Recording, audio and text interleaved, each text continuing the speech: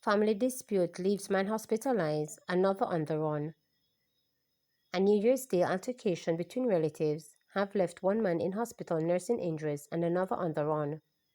Reported that around 6 p.m., a laborer of Baileysville district in St. Mary returned to the house he shared with other family members and found the door to his room kicked in and the room ransacked. An argument reportedly developed between the man and a close relative who allegedly used a machete to inflict wounds to the man's head and hands.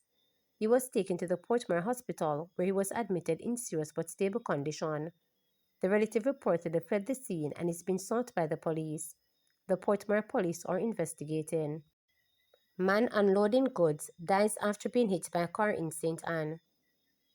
An investigation is underway into the death of Tadri Gill, 27, of Cheesefield District, St. Catherine, who died from injuries sustained in a vehicular accident along the Seven Main Road in St. Anne on Wednesday.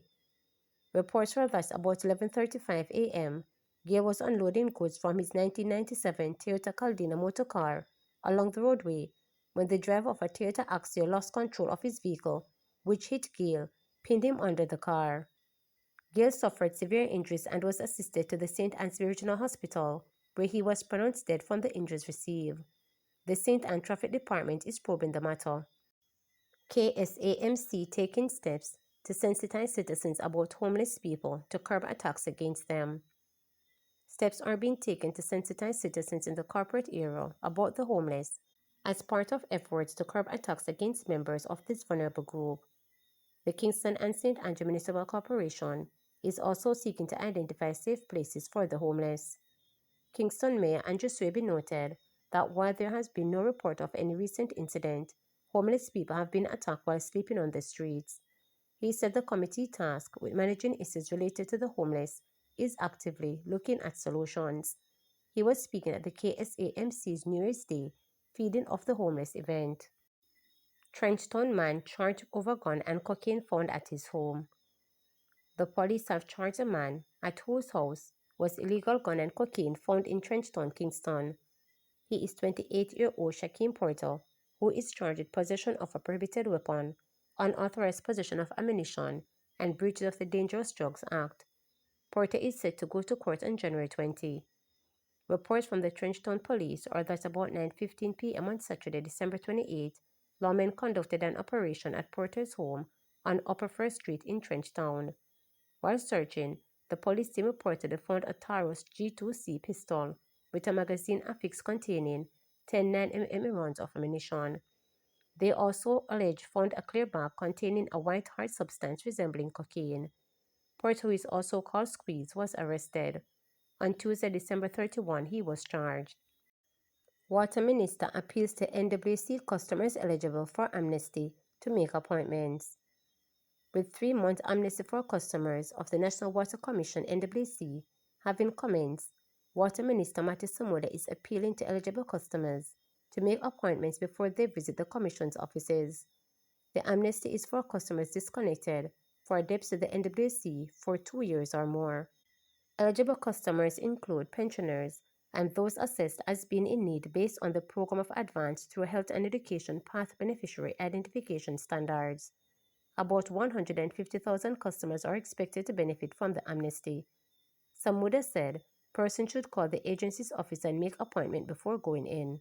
We're asking you on January 2nd to call the NWC and make your appointment to go in so that we do not create discomfort on top of the discomfort you have experienced while you're waiting to be reconnected.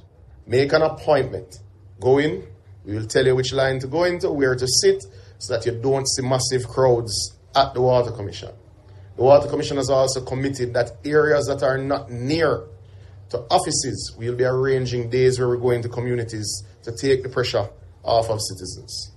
That is why the amnesty is not for 2 weeks or 30 days and will last for 90 days, to allow for the staggered arrival of citizens in the space. Now, I know everybody going to want to be first, but call and make your appointment. We plead with you to do that. NRSC to amplify calls this year for the use of cameras to detect reckless drivers. Vice Chairman of the National Road Safety Council, NRSC, Dr. Lucian Jones, says louder calls will be made this year for the use of cameras to detect motorists who are speeding. He made this statement while noting that the number of road deaths needs to fall to 240 by the end of 2025. Over 300 road deaths were recorded last year. Dr. Jones said more cameras will help in identifying persons who break traffic laws or disobey the road code. He also noted that this year, measures will be taken to reduce crashes and fatalities involving motorcycles. Bikers accounted for the majority of road deaths last year. Dr. Jones said for this year, the council should also have access to more resources.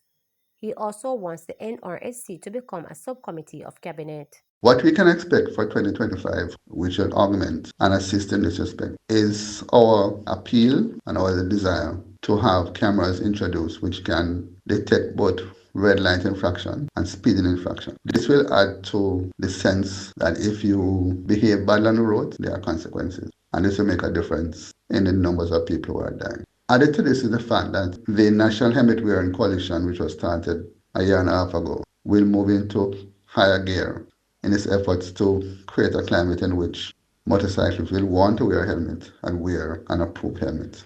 It is not a helmet given out coalition, but a coalition which is promoting the use of helmets and the use of an approved helmet. And of course, in respect of those who are dying on the road, motorcyclists are at the top of our list. Last year, 124 drivers and 12 pillion passengers died. And together with the number of pedestrians who are dying, 65, constitute the single greatest number of road users who are dying when you combine the two. What should happen in 2025 also is that we should have access as a council to more resources and be placed in a better position. We are lobbying the government based on a study done by PAHO, by a consultant, which has been submitted to the government, so that the National Road Safety Council can be placed in a better footing, in a position which may be an arm of or a subcommittee of cabinet. And from there, we can better direct how resources can be spent in pursuit of driving down road traffic injuries and deaths. And of course, to receive the kind of funding which will help us to promote and sustain an effective public education campaign, which can make a difference if combined with enforcement. Government to advance rights and welfare of people with disabilities. The Ministry of Labour says it will be intensifying efforts to advance the rights and welfare of individuals with disabilities in Jamaica. Portfolio Minister Pernell Charles Jr. made the disclosure while addressing the handing over of care packages by the Jamaica Council of Persons with Disabilities earlier this week. Our goal is to advance a rigorous and comprehensive national program to develop more understanding across Jamaica of persons with disabilities and to promote their well-being and rights, he noted. The minister noted government's commitment to creating an enabling society for individuals with disabilities and guarantee respect for all through the passage of legislation and other measures. He cited several initiatives undertaken in 2024 to ensure greater inclusion for the disabled community, including incorporating individuals in the Overseas Employment Program. They are doing an amazing job, he stressed. Every year, the JCPD distributes food packages to the households at Cheshire Village, 20 house community for people with disabilities during the Christmas season. The initiative aims to address the needs of residents who are predominantly unemployed or underemployed, ensuring they have provisions for the festive period. The JCPD also collaborated with the United Nations Children's Fund, UNICEF, to deliver special packages to households, which include children with disabilities. We are grateful, said acting president of the village, Estella Campbell, in welcoming the donation of items from the JCPD. She also welcomed the minister's increased focus on creating an inclusive society for people with disabilities. Executive Director of the JCPD, Christine Hendricks, noted the consistent efforts by the government to ensure that persons with disabilities can live independently and that their rights and dignity are as respected as everyone else in the society. The JCPD is an agency of the Ministry of Labour and Social Security with a mission to ensure that people with disabilities are treated fairly and equally and enjoy the same fundamental rights as other people. Remember to subscribe, like, share, and click the notification bell for daily updates.